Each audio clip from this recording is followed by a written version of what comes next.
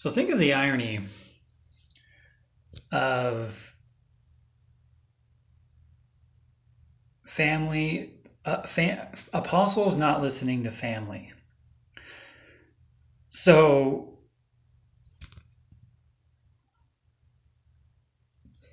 regardless of if somebody leaves the family or leaves the church, they're still family members.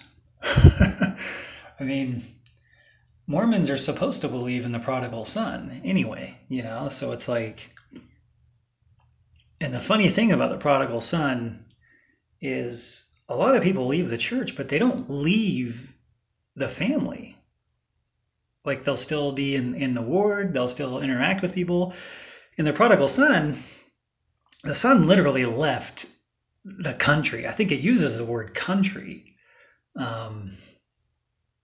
I think it says he goes away into a faraway country, but the father is still looking out for him, still waiting. And it's interesting that President Nelson and Holland and Renland don't adhere to that parable. In the parable, the prodigal son, you're always wanting to talk with your son, no matter what he does. Whether he says, you, father, aren't true, the family isn't true, whatever. It's like there can always be a discussion with the father and the prodigal son. There's one thing about the Mormon church leadership that's always existed. They don't talk.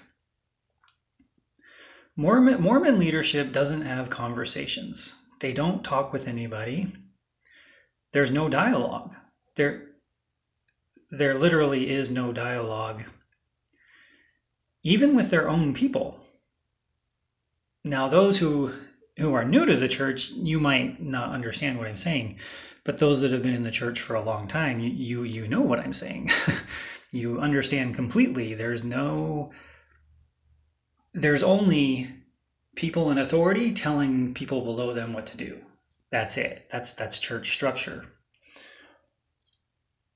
Part of that is the secrecy. The church was founded on secrecy, and so that's part of the issue. So, and that's why I'm reaching out to the apostles and the prophets, and that's why other people have tried to reach out. Sam Young is like the perfect example, but other people will probably do bigger things in the future.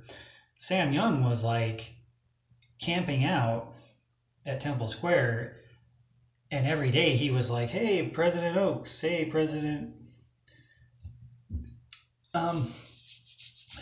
The reason there can't be dialogue and discussion is because there's a lot of falsehoods in the Mormon church. There's a lot of lying. There's a lot of abuses. I mean, the 1800s is just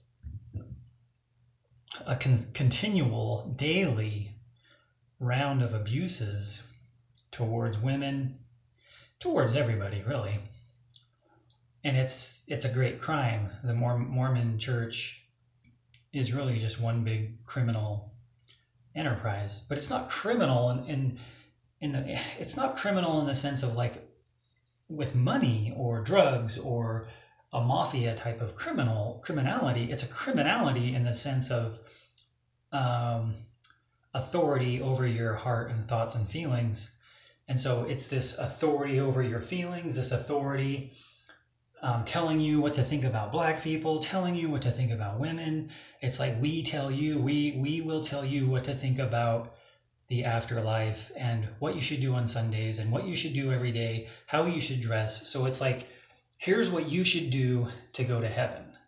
So it's that kind of criminality. Like, we tell you what to do if you want to be happy in the next life.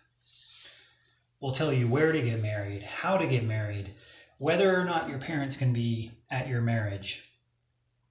So there can't really be a dialogue with Mormons.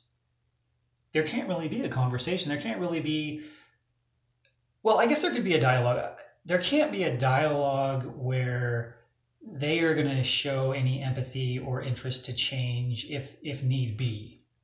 So in other words, if they have a conversation with a gay person, or a person who's going to get married and their parents can't be there, or a discussion about tithing, because there can't be change in any of these things in the church. There can't be change in tithing. They just can't do it. There can't be a change in the authority structure. There can't be an admittance of abuse. Because if there's an admittance of abuse in the 1800s, and so on, then the people will realize it's not a divine enterprise.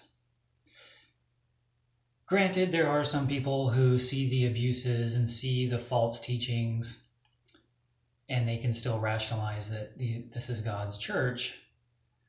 So there are some who will always be able to accept the abuses and still believe that these are God's people. An interesting thing about Russell is when he was a young boy, he went down to the basement and he destroyed his father's alcohol collection, all of his bottles of beer and alcohol or whatever. And if you think about it, that's a really good explanation, or a really good instance that shows the thinking that goes on with Mormon men, especially Mormon leaders, to the point where they feel like they should be policing people. They feel like they should be deciding who is, quote, worthy, pure, and holy.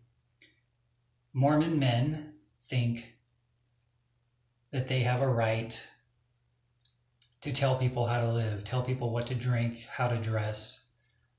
That's what the Mormon church does. It tells you how to dress, what to do with your time, what to do with your money.